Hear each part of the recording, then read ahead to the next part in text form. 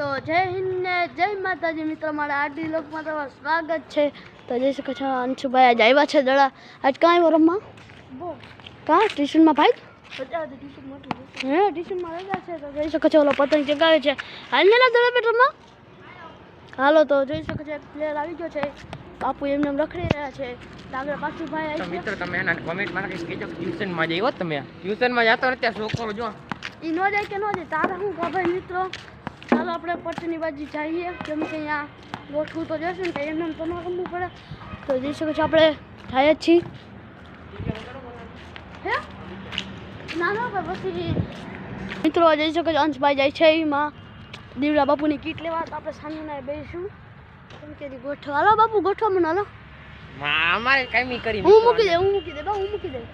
એ મમરાની કોથળી જાય મિત્રો, મમરાની કોથળીઓ હવે તમે દેજો મમરાની કોથળીઓ મફતમાં એક